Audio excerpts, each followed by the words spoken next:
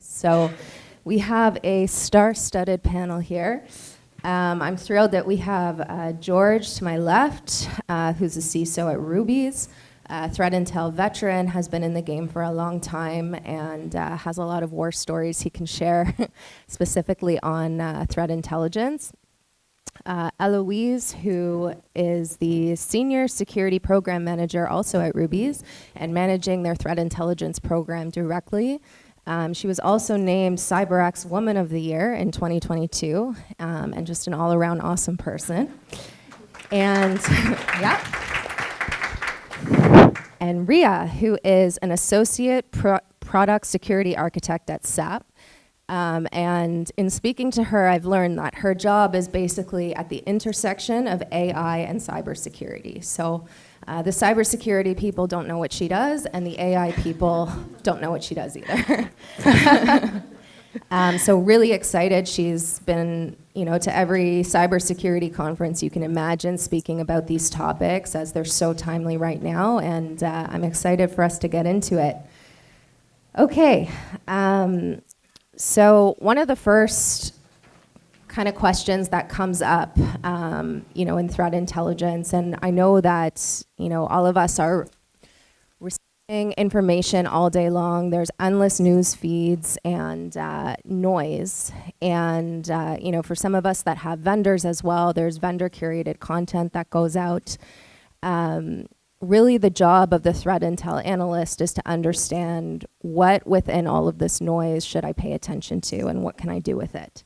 And I'm curious, from this group here, how you have navigated that and how you extract information from all of that noise, whether it's noise that you're paying for through some sort of vendor subscription or not. You're just looking at, open source content. How do you extract meaningful information and, use it? Go ahead. You're right, a lot of noise, and I think I can speak to this from a vendor perspective. It's not working. Thank you. You guys hear me now? Thank you. So from client-vendor relationship, whilst having a threat intelligence platform or a vendor might not be the first step in your maturity plan, for me, I found it's been a real game-changing step with regards to helping drown out that noise. Suddenly, at your fingertips, you've got access to specialized knowledge, which is applicable to your industry, your organization, your identified threats. I'll keep it like vendor neutral on stage, but there's some good ones out there. And just having access to that enhanced detection and response, that real-time intelligence, I found it, as a threat intelligence specialist, it does help you threat cast and prioritize.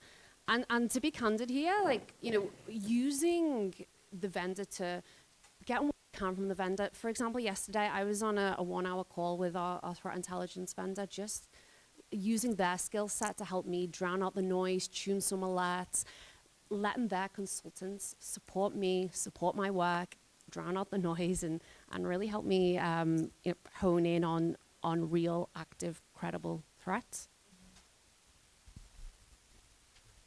It's quite interesting quite quickly. It's quite interesting to look at what you said, noise. And that's a lot that you hear when AI came in, right? Everyone's like, oh, now we must secure AI, which is, it's not really different. It's still software at the end of the day. So going back to the basics of understanding what you do in your authorization concepts, access concepts. So when new technology comes in, it's difficult. You'll hear so much of information out there, but really at the basics of it, when you go back to your threat casting or your threat modeling, you kind of go through that process to see what are your new attack surfaces, what are your new components, and then kind of filter that through. But then, it's difficult right now to navigate through that. So I would say that you have to look at why you're actually doing threat intelligence and why you have a program relative to your organization. At the end of the day, I've always felt that threat intelligence, in terms of its value proposition, comes down to context. The context of the information that you're reporting to your higher-ups, to whoever the ultimate decision maker is receiving your reports, that's going to determine whether or not it's actually valuable. I, as a TI analyst, whether I have a enterprise tool or whether I'm doing it open source or whether I'm just on the dark web myself with aliases, I can come up with a great narrative. I can come up with all the IOCs in the world. I come up with all the threat information of every campaign or this APT or that. But if it's not relevant to the decision makers in my organization, then that threat intelligence is absolutely useless. So where the actual value comes from and where people who are building threat intelligence programs or maintaining them or have inherited them, you have to understand the context onto which your organization needs that intelligence. That's the value. If your intelligence program is trying to derive information for security devices, then it's a technical intelligence program, and that's great. You're not going to be focusing on qualitative data. You're not going to be focusing on geopolitical campaigns and their implications on your business so much.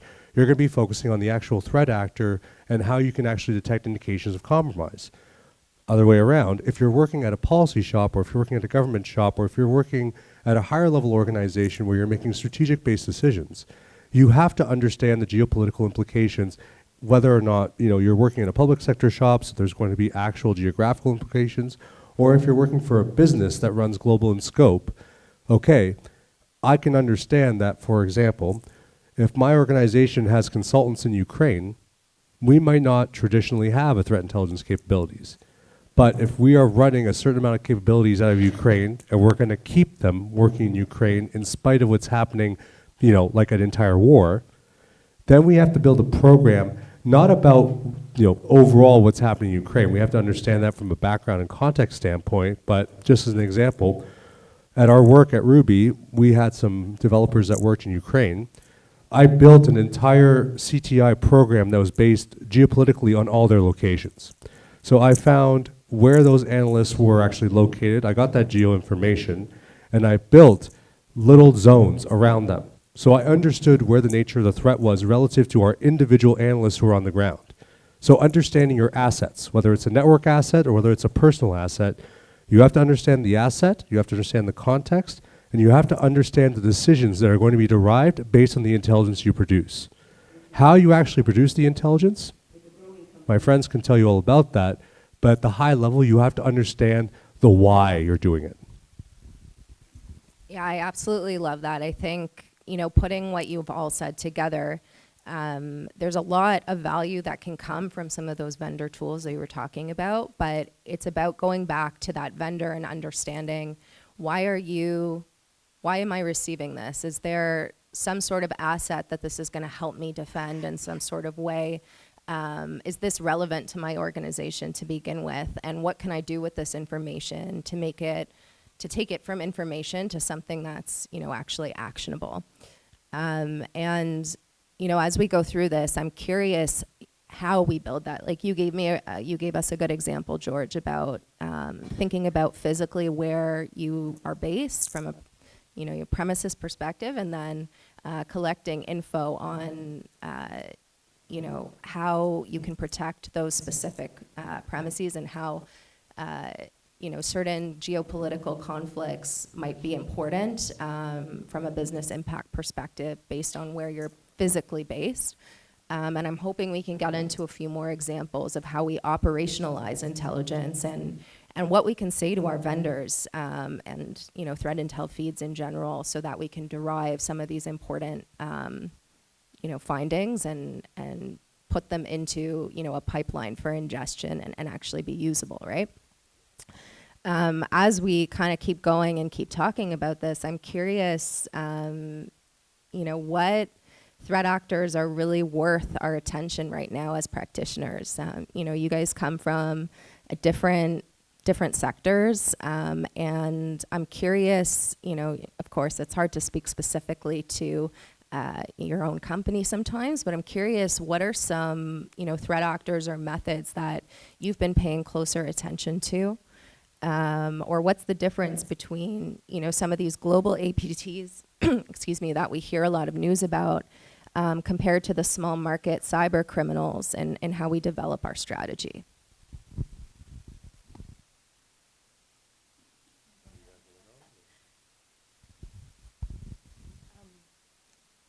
Actually, you can go ahead. Something. Do I do it? Okay. We're all trying to be so nice to each other. I know.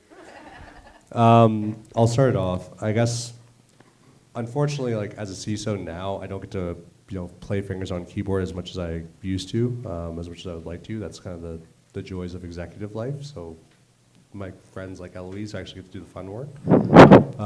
But from where I would say Fancy Bear, Russian APT-32, is probably right now still the most predominant group in the world that is a problem for all of us. They are constantly breaking into our infrastructure. They are constantly exfiltrating our data and our information. And they are constantly gathering intelligence in support of the Russian state. Now, why this group is important is that they are a state-sponsored threat actor, which is much different than just a global cybercrime gang. As a state-sponsored threat actor, they're part of the Russian FSB, so that's the Russian Intelligence Bureau. And they're also associated as well with the Russian GRU, which is their military intelligence bureau. So there are also combat implications for what they collect. So that means they do operate in Ukraine, they operate in Africa, they operate in places where the Russian military is currently running ground operations. But they are still also trying to facilitate much of the social engineering that is occurring, a lot of the misinformation that we're seeing on social media, a lot of those kind of data farms that are happening. Fancy Bear is involved with a lot of them. And there's other ones too. I mean, you can go to North Korea and you can look at Charming Kitten. Charming Kitten is doing a ton of work right now, particularly in the Asian region, to steal intellectual property everywhere to reinforce North Korean development programs. You can look at many of the Chinese APT groups that are affiliated with the People's Liberation Army. A lot of these APT groups, I would say the nuance of them is you have to differentiate between state-sponsored groups that are directly either employed or contracted by the actual country that they're from, and then the actual global cyber criminal groups, which you can call that anonymous or whatever iteration it's going to be. Those groups are a little bit different because those are mostly either hacktivist groups or they're going after financial gains. Where we really need to keep our eyes open about the state-sponsored groups, and this is, I believe, a weakness of the Canadian or the Western system at large. In Russia and in China, because of the 2017 National Defense Act that allows them to employ anyone in the country or anyone affiliated with the country in terms of corporations to serve for the country's interests. That's a different beast altogether, probably a different panel. In Russia, they treat their hacker criminal groups the same way that we treat our Big Four consultants. They contract them out. They develop them, they contract them, they work together. The only caveat is they can't go after Russian assets. So those groups enter into a deal where, hey, we're not going to go after Russian citizens, we're not going to go after the Russian government, and we'll take money and work with you, but let us do what we want. Let us live free. That's their deal. Because we are in a system with a rule of law, with policy, with bureaucracy, we are completely and absolutely handcuffed in having the agility to deal with them correctly.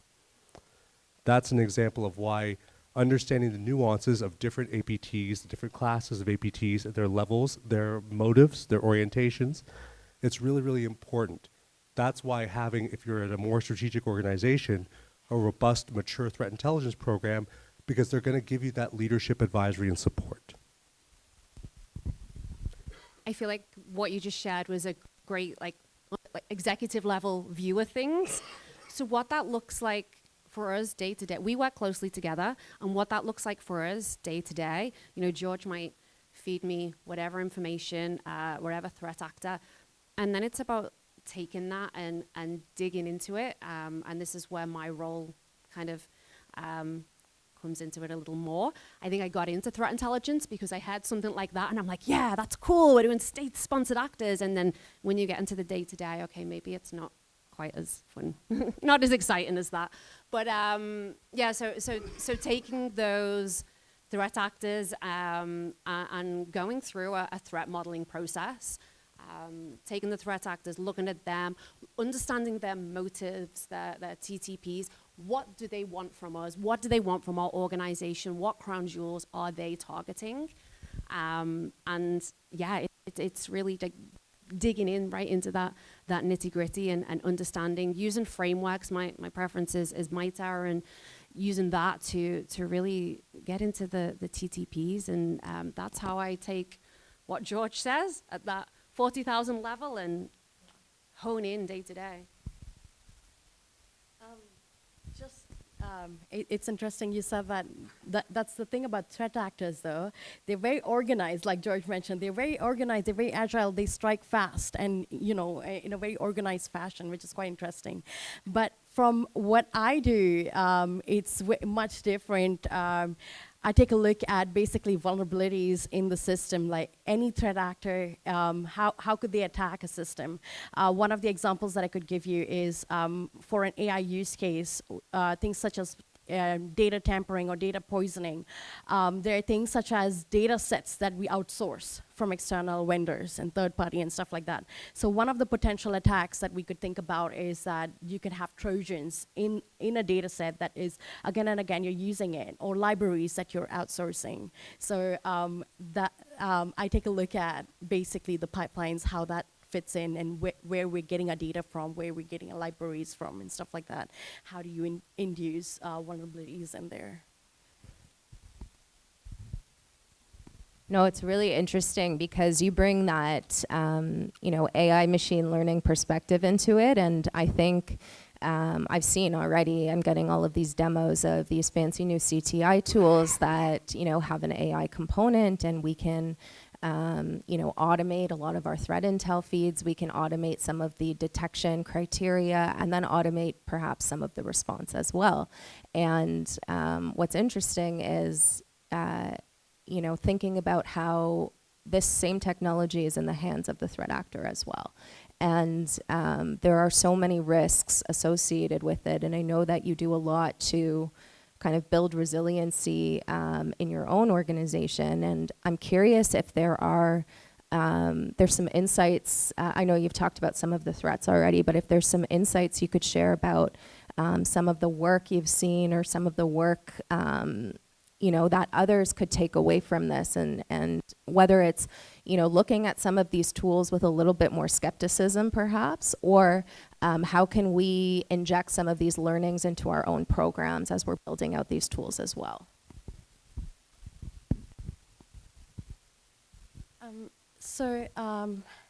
From an AI perspective, we do see a rise in threats, and they're getting really crafty with using AI for the attacks, right? But the attacks on AI itself, I spoke about data poisoning, but there's also like concepts such as jailbreaking, as you've probably seen in the cases of ChatGPT or something. You've seen how easily it is to kind of do a malicious prompt. And typically, the fun part is that it doesn't need to always be malicious. It could be accidental or for fun, right? So that could kind of break things. But what we do decide is like what George said earlier, and kind of try to look at the impact to our system. We do have tools that analyze, for example, the monitoring of the platform, the monitoring of the data, but there's still scope for improvement. There are concepts such as logging and monitoring that is missing currently in the scope of AI. That means when a model drift or when data drifts, this is quite expensive for companies, and to track that, it's quite difficult. And we're seeing new tools being developed, but the generative AI tools are more like ChatGPT kind of put together, how do you say, summarized version of the risk and stuff like that. So a lot of potential there that you see, but I haven't seen a lot of tools that are effectively monitoring AI as such. But this is, so right now, like Eloise said, using that framework of MITRE attack framework, then AI risk management framework, the NIST top 10 for LLMs, top 10 for ML. So these are kind of some of the frameworks that we're working with, and kind of trying to set some benchmarks and some ground rules for how AI operates. The other interesting concept that we're looking into is the AI bomb. So what that means is basically AI bill of material and getting all the components together of the AI to kind of have a standardized unit of what we have in our systems right now, what ingredient list, right, that we use to build our models, and then kind of using that as a baseline to then keep track of how our model responds over the period of time. Super interesting. I think, sadly, a lot of the professionals like that work in AI and like some of these bigger like companies, they tend to work in their own little silo. So it's really cool to hear about the work that you've done and what's kind of coming up. And I know that, you know, I'm assuming a lot of us here kind of come at it from the cybersecurity, maybe threat intelligence perspective, and our job is really to understand risk to the organization, and you know, help produce actionable intelligence so that we can eliminate or reduce threat. It's interesting to think that the tools that we're onboarding and developing can also produce potential threat or risk as well. Or interesting might not be the right word, maybe terrifying. Yeah, I'm really interested in how, you know, we've talked a lot about different threat intelligence programs and how you've taken things from the strategy to the operations side of things. Something that, you know, I've seen companies struggle with is how do you build effective pipelines between threat intelligence and other teams in the company? So, for instance, you know, a CTI team might be looking at indicators out there, and perhaps they see something that's, you know, potentially threatening or on the threat horizon or whatever else it is. How can we kind of make an internal pipeline that makes that information easily ingestible to some of our operational teams? And I see you nodding, Eloise, so I'm excited to hear what you've got to say about this. Yeah, it's a good question. It's definitely something over the last year I've been trying to build that internal pipeline. And the key thing that I have found, it's nothing technical, it's collaboration, and it's finding the right people to work with. So let me tell you what that looks like day to day in real life for me. Threat comes in through whatever feed. It's assessed for credibility, applicability. Where's it coming from? Are my preferred sources speaking to it? And is it applicable to the technical environment that the folks in our place are working in? If it's deemed credible, that's when the collaboration begins. That's when I begin to bring in security operations team, and that's when we connect with the business process owner or the business systems owner, whatever they're referred to as in your organization. Basically the person who knows the tool or the application, whatever it is that the threat is targeting, whoever knows that best, whoever knows how critical it is to ongoing business operations, that's where the collaboration with that person or group of people begins. So as you can see, it's a lot of talk and a lot of collaboration. You mentioned a threat intelligence team. It is kind of just me in our organization. So it's me, I'm the team, but then I need to pull in all my resources. I need to pull in the security operations team. I need that business process owner who knows how critical the tool is. And then we all need to work in a collaborative manner in order to come to a resolution. So my pipeline is teamwork and collaboration. That's quite interesting, that teamwork and collaboration, right? But teamwork among multiple teams is also quite interesting because we're identifying threats from different resources. We have incident response management, we have bug bounty programs, you know, we have security validation programs. Do these teams kind of talk to each other? Also, you know, closing that feedback loop, and then we give that same information, right? Common pitfalls or common downfalls that we see in, you know, teams again and again happening. We take that information and we feed it back to our threat modeling experts, so that they know that because we use threat modeling before a product goes into release, right? Before in the design phase, we say secure by design, secure by default. So closing that feedback loop among multiple teams and looping that all together so that your team is secure by default and secure by design, I think that's where the true beauty lies. That's where we can be as organized as the threat actors. You're not going to like what I have to say. Sorry.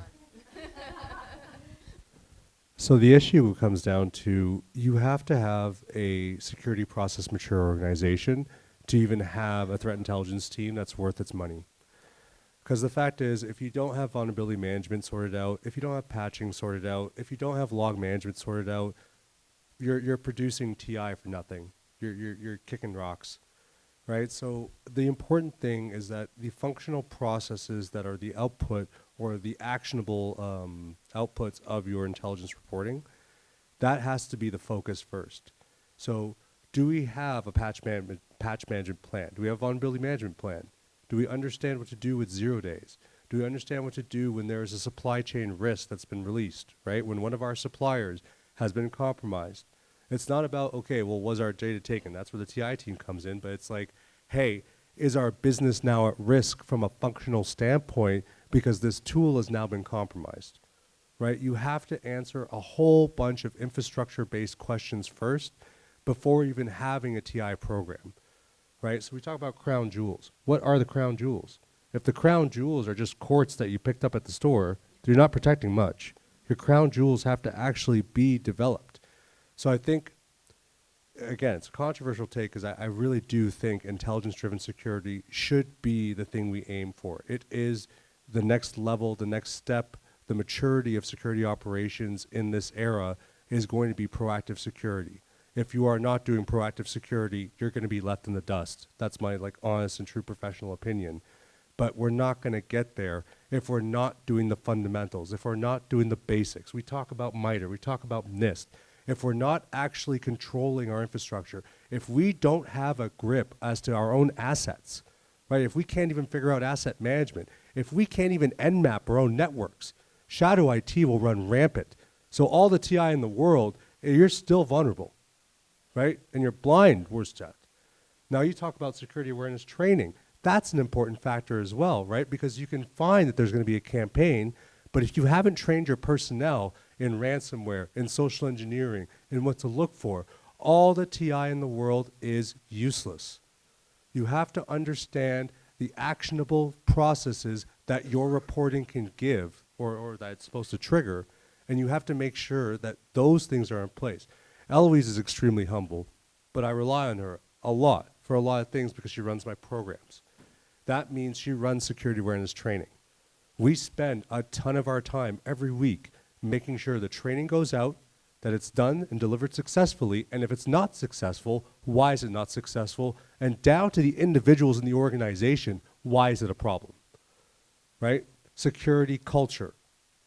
Like a lot of these concepts, they sound hokey, but if you're going to have a threat intelligence program, threat intelligence requires maturity in your organization, not only in security operations, but in your overall ITSM, because threat intelligence is the thing on top of all of it that actually binds it all together. Because we're talking about different people or different silos or different groups require threat intelligence, right? They do require it, but they have to be able to do something with it first. That's a great take. I agree. And, even to take it a step further, I've seen there are limitations to incident response too, because if you have an incident and the incident responder are able to go and respond and contain and, remediate that incident, but the lessons learned from that incident are not actioned upon, the incident is just going to happen again later on, right? So the maturity of your program is key, and there needs to be practitioners on the other end that are listening to the suggestions that you put forward, whether they're sitting in a governance program, whether they're sitting in a compliance, stream, or whether they are, in a small company that's maybe just your IT program in general. And pipelines are there so that they can take those lessons that are coming from the cyber operations side of the fence and plugging them in and, patching and making sure that those exposures have been filled.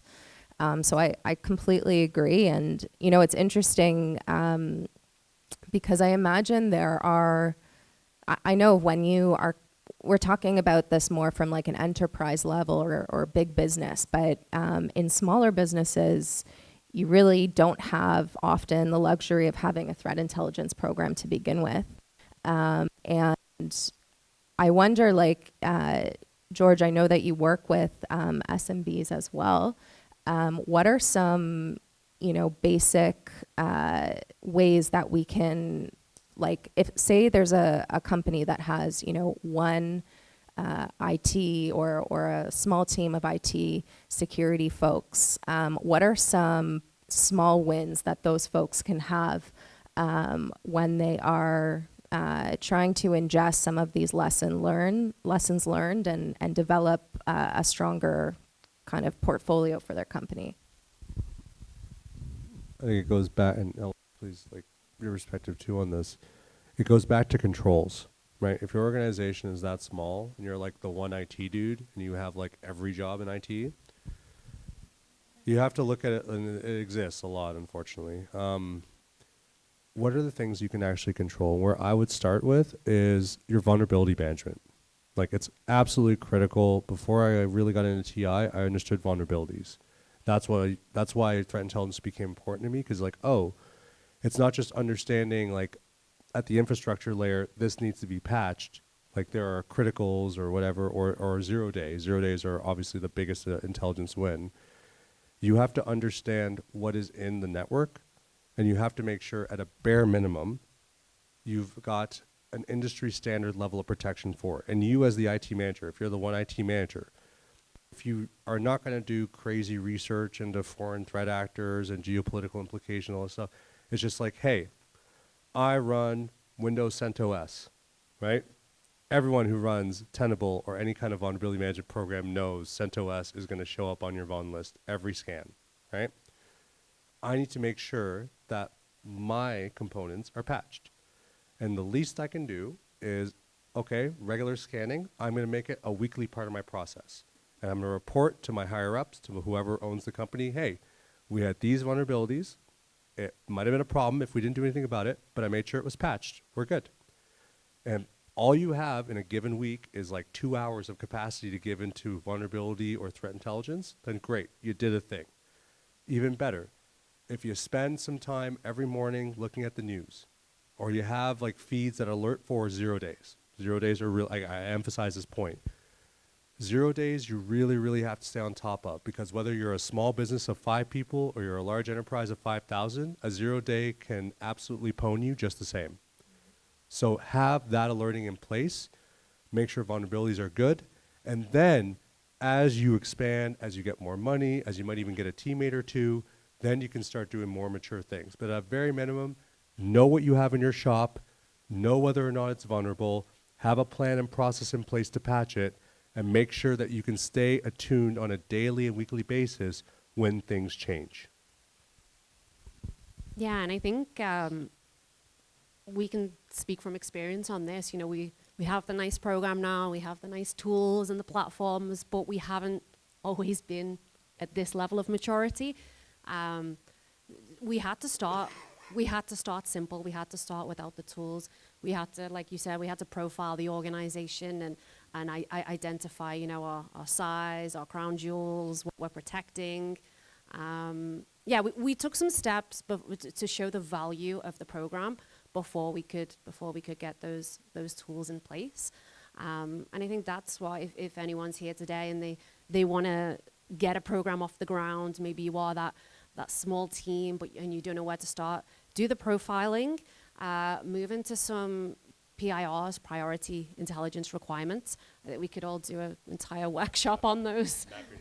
Yeah, mapping network. I think we could do an entire workshop on PIRs, mapping networks, but basically you want to identify your business risks, and PIRs are just simply questions about your business risk. So in real life, that might look like, for example, say you've identified brand abuse as a business risk.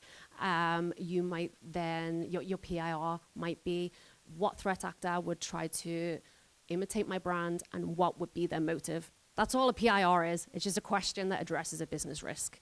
And then from there, that's when you head into a bit of threat modeling, And these are things that we don't need the fancy tools. It can just kind of get you off the ground and get you started as a practitioner. Very true. I think just to build on that, like from a baseline perspective, that sounds good. You know, like you have your testing strategy, you have your scan tools. Are you looking at it? Are you auditing the scan results? All of those things. Having that baseline strategy, security strategy set is, I think, crucial. Another thing that I think would help is concepts such as SBOM or the AI bomb, right? Software bill of material. When a vulnerability strikes, of course, we need to be mostly we need to be proactive, right? We already need to be ahead of our time in scanning or testing or something. Suppose a log4j incident happens. Do you know where it is in your in your program, right? Are you really quick at going and finding it out and kind of addressing it quickly? And having that disaster recovery plan, right, also set, that I think is also kind of going to help in the long run. You must work with Helen.